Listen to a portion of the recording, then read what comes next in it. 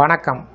இந்த வீடியோவில் 11 மாத பென்ஷன் வழங்கும் தேதியில் திடீர் மாற்றம் சார்ந்து அரசு ஓய்வூதியர்களுக்கு ஹாப்பி நியூஸ் குறித்து தகவல்கள் உத்தரவுகள் பிறப்பிக்கப்பட்டிருக்கிறது.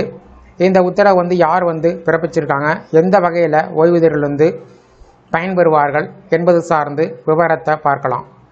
இந்த வீடியோவை தொடர்ந்து பார்க்குறதுக்கு முன்னாடி நம்ம சேனலை இதுவரைக்கும் சப்ஸ்கிரைப் பண்ணாதவங்க இந்த வீடியோக்கு கீழே இருக்க ரெட் கலர் சப்ஸ்கிரைப் பண்ணி அழுத்தி சப்ஸ்கிரைப் பண்ணிக்கோங்க. அப்படியே பக்கத்தில் இருக்கக்கூடிய நோட்டிஃபிகேஷன் பெல் சிம்பலையும் ப்ரெஸ் பண்ணுங்கள். அப்போ தான் நம்ம சேனலில் இதுபோல் வீடியோக்கள் அப்டேட் பண்ணும்போது அதற்கான நோட்டிஃபிகேஷன் உங்களுக்கு உடனுக்குடன் கிடைக்கும். அரசு ஓய்வூதியர்களுக்கு வழங்கும் ஓய்வூதியம் இனிமேல் ஒவ்வொரு மாதமும் அந்த மாதத்தின் கடைசி வேலை நாளில் அவர்களுடைய வங்கிக் கணக்கில் வரவு வைக்கப்பட வேண்டும் என்று மத்திய நிதியமைச்சகம் உத்தரவிட்டுள்ளது.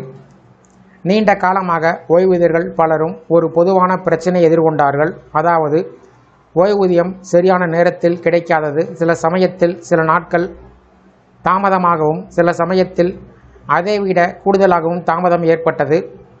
இந்த தாமதம் வேலையில்லாமல் ஓய்வூதியத்தை மட்டுமே நம்பி வாழக்கூடிய மூத்த குடிமக்களுக்கு பெரிய சிரமத்தை ஏற்படுத்தியது. மாதாந்திர செலவுகள், மருத்துவ செலவுகள், வீட்டுத் தேவைகள் போன்றவற்றை சமாளிக்க அவர்கள் சிரமப்பட்டனர்.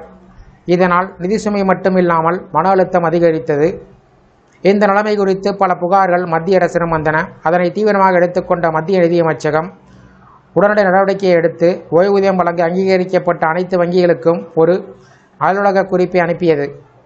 மார்ச் மாதம் தவிர மற்ற அனைத்து மாதத்திலும் ஓய்வூதியம் அந்த மாதத்தின் கடைசி வேலை நாளில் கட்டாயமாக வழங்கப்பட வேண்டும். இதன் மூலம் ஓய்வூதியர்கள் தங்களுடைய பணத்தை தாமதமின்றி பெற முடியும்.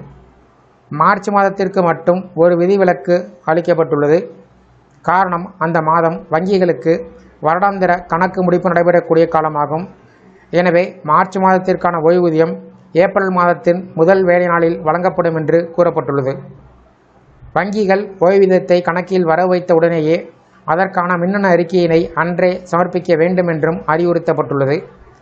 இதன் மூலம் இந்த செயல்முறை சரியாக நடைமுறையில் உள்ளதா என்பதை அரசு கண்காணிக்க முடியும். இந்த வீடியோ குறித்த உங்களுடைய கருத்துக்களை கமெண்ட் செக்ஷனில் கமெண்ட் பண்ணுங்கள். இந்த வீடியோ பிடிச்சிருந்தால் வீடியோக்கு ஒரு லைக் பண்ணுங்கள். இந்த வீடியோவை உங்களுடைய நண்பர்கள் மற்றும் உறவினர்களுக்கும் ஷேர் பண்ணுங்கள். மற்றும் ஒரு பயனுள்ள வீடியோவில் சந்திப்போம். நன்றி.